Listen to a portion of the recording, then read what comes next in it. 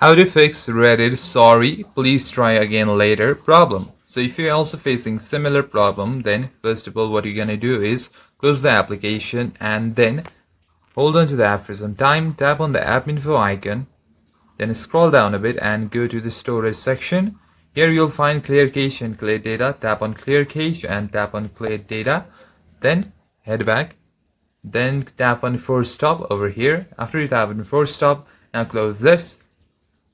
Then go to the Play Store and type for Reddit. Hit search and see if any update is available. If there is any update, there will be an update icon instead of open right over here. If it shows open, that means your app is already up to date. After that, simply tap on open.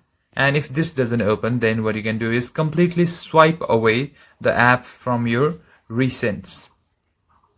Then what you can do is again try to log into your account. Sometime due to connectivity issues, the problem may be seen. If that's the case, then simply switch your Wi-Fi connection. Turn on your airplane mode. Wait for 10 to 15 seconds and turn it off. In this way, it will reset your network. And if your Wi-Fi is not strong and stable, you can always switch back to mobile data right over here.